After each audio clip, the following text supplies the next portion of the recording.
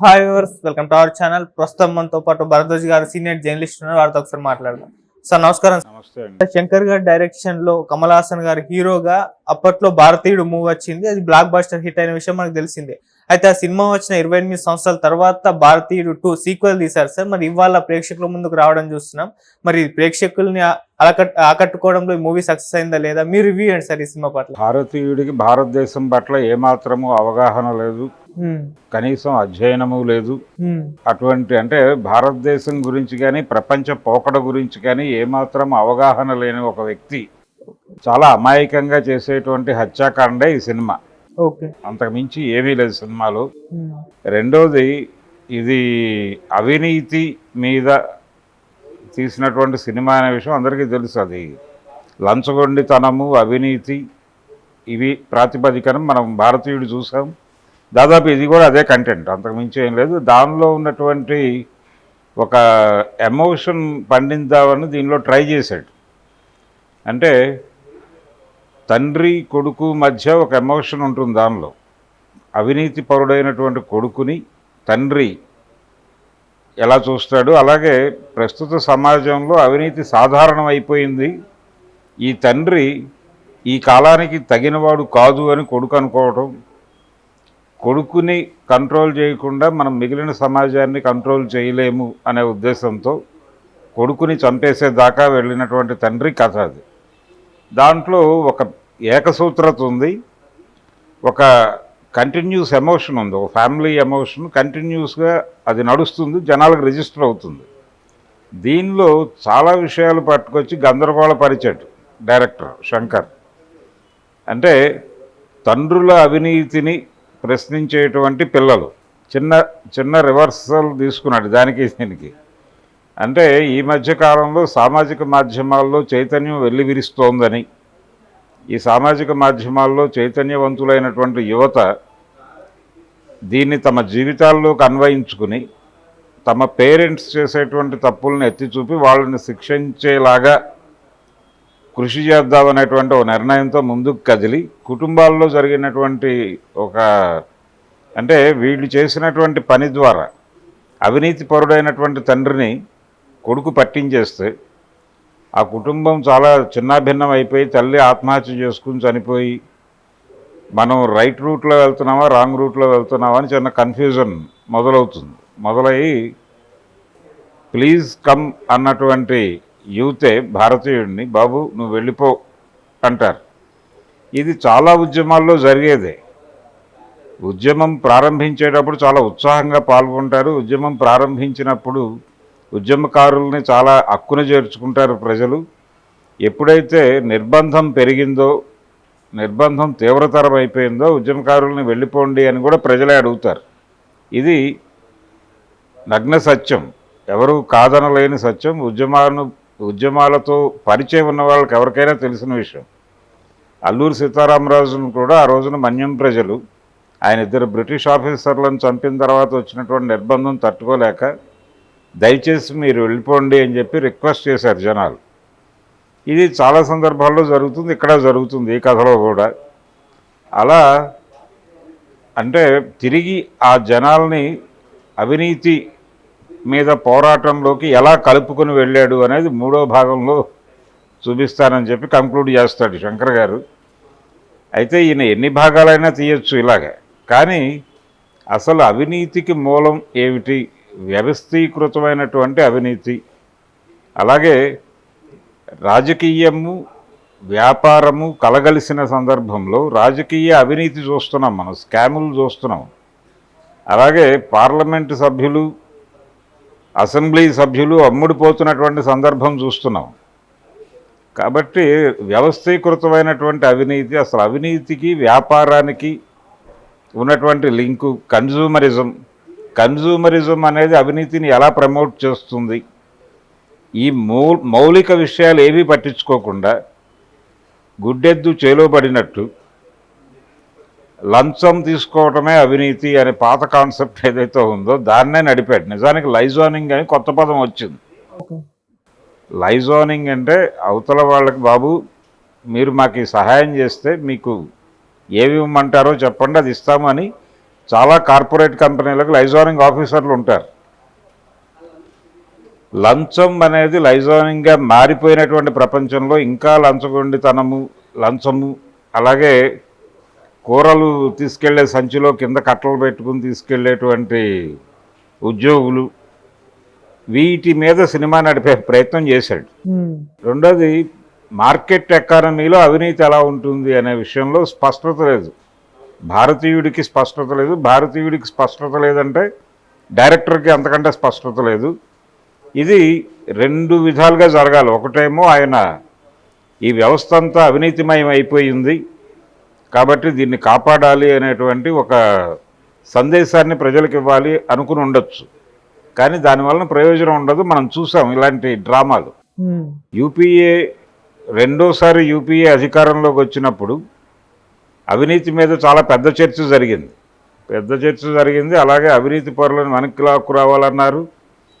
విదేశాలకు పారిపోయినటువంటి మాల్యా లాంటి వాళ్ళని ఇమ్మీడియట్గా ఇక్కడ తీసుకురావాలన్నారు. అలాగే అక్కడ విదేశీ బ్యాంకుల్లో నల్లధరాన్ని దాచుకున్నటువంటి నల్ల కుబేరుల జాబితా అని చెప్పి ఒక పెద్ద లిస్ట్ అనౌన్స్ చేశారు.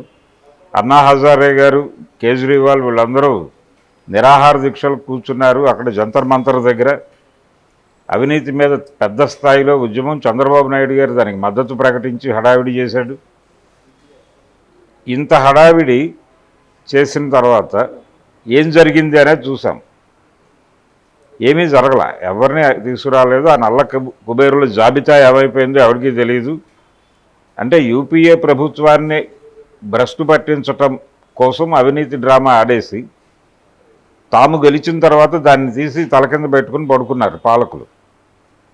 అంటే అవినీతి అనేది ఎలా జరుగుతుంది, అసలు ఎలా ఈ కుంభకోణాలు జరుగుతాయి, ఈ డబ్బులన్నీ ఒక చోటకి ఎట్లా చేరుతాయి, వీటికి సంబంధించి పొలిటికల్ పార్టీలకు నిధులు ఎలా సమకూరుతున్నాయి, ఇలా చాలా విస్తృతమైనటువంటి సబ్జెక్టు. వ్యవస్థీకృతమైనటువంటి అవినీతి గురించి మాట్లాడాలంటే చాలా ఉంది. ఇదేదో ఆఫీసుల్లో పర్మిషన్కి లంచం తీసుకునే వాళ్ళ మీద ఇంత సినిమాలు తీసి, రెండోది అసలు ఈ సినిమా రిలీజ్లోనే ఒక అవినీతి ఉంది. అది వాంటెడ్గానే చేసుంటారు వాళ్ళు. అంటే ఈ తెలుగు రాష్ట్రాలకు సంబంధించి 30 నుంచి 50 కోట్ల లోపు డీల్ జరిగింది సురేష్ మూవీస్ వాళ్ళకి. ఈ సినిమాకు కూడా మళ్ళీ రేట్లు పెంచి అమ్మారు. 500 రూపాయలు ఐమాక్స్లోను, మల్టీప్లెక్స్లోను, అలాగే ఇక్కడ 250 రూపాయలు నుంచి 300 వరకు సింగిల్ స్క్రీన్స్లోను టికెట్లు అమ్మారు. అది ఏ విధంగా జస్టిఫై చేసుకుంటారు వాళ్ళు? అది అవినీతే కదా. అంటే జనంలో ఉన్నటువంటి క్రేజ్ని సొమ్ము చేసుకోవడం కోసం, ఆ సినిమా మీద ఉన్నటువంటి ఒక కోరిక, ఆ సినిమా చూడాలి అనేటువంటి, పాత సినిమా హిట్ అయిన పరిస్థితుల్లో ఈ సినిమా చూడాలి అనేటువంటి కోరిక జనంలో ఉంటుంది కాబట్టి దాన్ని సొమ్ము చేసుకుందామని నువ్వు టికెట్లు రేట్లు అడ్డంగా పెంచి పడేసి, ఇప్పుడు కల్కికి పెంచారంటే దానికి ఒక రీజన్ ఉంది. ఏదో భారీ బడ్జెట్ పెట్టారు, 600 అని చెప్తున్నారు, కానీ అంత కాదు, అది 200 కోట్ల లోపే పెట్టారు. 600 కోట్లని ఆయన ఒక డ్రామా అంటే టికెట్ల రేట్లు పెంచుకున్నాడు అశ్విని దత్తు. వీళ్ళు ప్రాంతీయ హక్కులు కొనుక్కుని వీళ్ళు కూడా రేట్లు పెంచేసి జనాల మీద దాడి చేస్తే అలాగే ఇది అవినీతే కదా. మరి ఇలాంటి వాళ్ళ మీద సినిమాలు తీయడా శంకరు అనేటువంటి ప్రశ్న. అంటే అవినీతికి సంబంధించి వాళ్ళు చేస్తే నీతి, ఊళ్ళో వాళ్ళు చేస్తే అది కూడా. ఊళ్ళో వాళ్ళు అంటే వ్యవస్థీకృతమైనటువంటి అవినీతి జోలికి వెళ్ళలేదు చాలా తెలివిగా ఆయన. అన్నా హజారే గారి నిరాహార దీక్ష, ఆ టైంలో నల్ల కుబేరుల జాబితా, అవినీతి మీద చర్చ ఎలాగైతే పాల పొంగులాగా లేచి పడుకుందో, నీళ్లు చల్లగానే, నీళ్లు చిలకరించగానే పాల పొంగు కిందకి వెళ్తుంది. ఇది కూడా అలాంటి సినిమానే. ఏ రకమైనటువంటి మౌలిక సమస్యల్ని ఈయన తడమలేదు. తడమకుండా అలా ఏదో సినిమా తీశాడు. చాలా వరకు జనాలకి అంటే నిరుత్సాహం కలిగించింది. ఏమిటి సినిమా, ఏం చూస్తున్నాము, ఏం జరుగుతోంది అనేది కన్ఫ్యూజన్గానే నడిచింది సినిమా అంతా. చాలా గందరగోళం ఉంది, డైలాగుల్లో గందరగోళం ఉంది, క్లారిటీ లేదు. ఈ డైరెక్టర్ గారే చాలా స్పష్టంగా అర్థమయ్యే పద్ధతిలో సినిమా తీశారు. శంకర్ భవిష్యత్తులో అంటే ఆయన మొదటి నుంచి కూడా ఏదో చిన్న సామాజిక సమస్య పట్టుకుని దాన్ని ఏదో అద్భుత రసాన్ని మేళవించి అదేదో జానపద సినిమా శైలిలో తీస్తాడు. అదే ఆయన స్టైల్. అది అయిపోయింది, దానికి రోజులు చెల్లినాయి. కాలం చెల్లిన పద్ధతి అది. అదే ఆయనకు అర్థం కావాలి. అంటే పాన్ ఇండియా సినిమా అనే ఉద్దేశంతో భారీగా తీసేస్తే గుజరాత్లో ఒక మర్డరు, పంజాబ్లో ఒక మర్డరు, ఢిల్లీలో ఒక మర్డరు పెట్టేస్తే ఇది పాన్ ఇండియా సినిమా అయిపోతుంది అనే పద్ధతిలో వెళ్ళాడు ఆయన. ప్రతి చోట తండ్రుల అవినీతిని పట్టించే పిల్లలే, ఆ పిల్లల మీద కక్ష కట్టే తల్లిదండ్రులు. దాన్ని ఇంకొంచెం లోతుగా వెళ్ళొచ్చు. నిజానికి అక్కడ వరకే కన్ఫర్మ్ అయ్యి కథనై అసలు అవినీతిని మీరు ఎలా అర్థం చేసుకుంటున్నారు అని ఆ తల్లిదండ్రులు లేకపోతే ఆ తండ్రి, నువ్వు చాలా కోరికలు కోరేవాడు చిన్నప్పటి నుంచి, సింగపూర్ నుంచి అదేదో వీడియో గేమ్స్ కావాలంటే తెప్పించాను, అవన్నీ ఊరికనే వచ్చినాయా, నేను ఎక్కడో చోట డబ్బులు పట్టుకొస్తున్నాయి కదా, నీకు డ్రైవింగ్ లైసెన్స్ ఏజ్ కూడా లేని టైంలో నీకు RX 100 కొనిపెట్టాను నేను, అవన్నీ నా స్థాయి ఉద్యోగికి సాధ్యమయ్యేవేనా అని ఒక సీన్ పెట్టాడు. బాగానే ఉంది అది.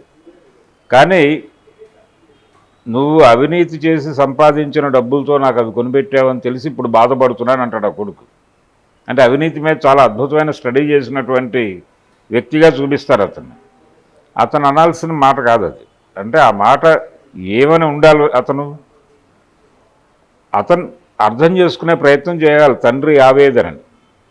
అంటే కన్జ్యూమరిజం అనేది ఎలా అవినీతిని ప్రమోట్ చేస్తుంది, పిల్లల్ని ఎలా అట్రాక్ట్ చేస్తుంది మార్కెట్టు, పిల్లల నుంచి తల్లిదండ్రుల మీద ఎలా ప్రెజర్ పెడుతుంది, ఎలాంటి అవినీతి చేయిస్తుంది, కొనుగోలుదారులుగా మార్చి మనిషి రోజుకి ఇంత ఖర్చు పెట్టకపోతే కుదరదు, మార్కెట్ని సంతృప్తిపరచని మతాలని కూడా చంపేస్తుంది మార్కెట్టు అనే లెవెల్ డిస్కషన్ చేయదగ్గ సీన్ అది. దాన్ని చాలా పేలవంగా తేల్చేసి వచ్చిన డైలాగ్తో నువ్వు అవినీతి చేసిన సంపాదన అని తెలిస్తే నేను అవన్నీ ముట్టుకునేవాడిని కాదు అని 1950 నాటి సినిమాల్లో డైలాగ్ పెట్టేసి ఏం ఆలోచిస్తున్నాడు? ఆయనకు అసలు సమాజం గురించి ఏమన్నా అవగాహన ఉందా? ఆ హీరోకి ఏమైనా ఒక్క మాటలో చెప్పాలంటే భారతీయ సమాజం, ప్రపంచ పోకడ, మార్కెట్ ఎకానమీ ఏదీ తెలియని ఒక నిరక్షర అజ్ఞాన దర్శకుడు, నటుడు కలిసి జనాల డబ్బులతో చేసినటువంటి ఒక జూదం ఇది. భారతీయుడు, అంతకు మించి ఏమీ లేదు ఆ సినిమా. రేటింగ్ ఎంత ఇస్తారు సార్? అవుట్ ఆఫ్ 5 1.5 ఇవ్వచ్చు. 1.5. Thank you so much. Thank you.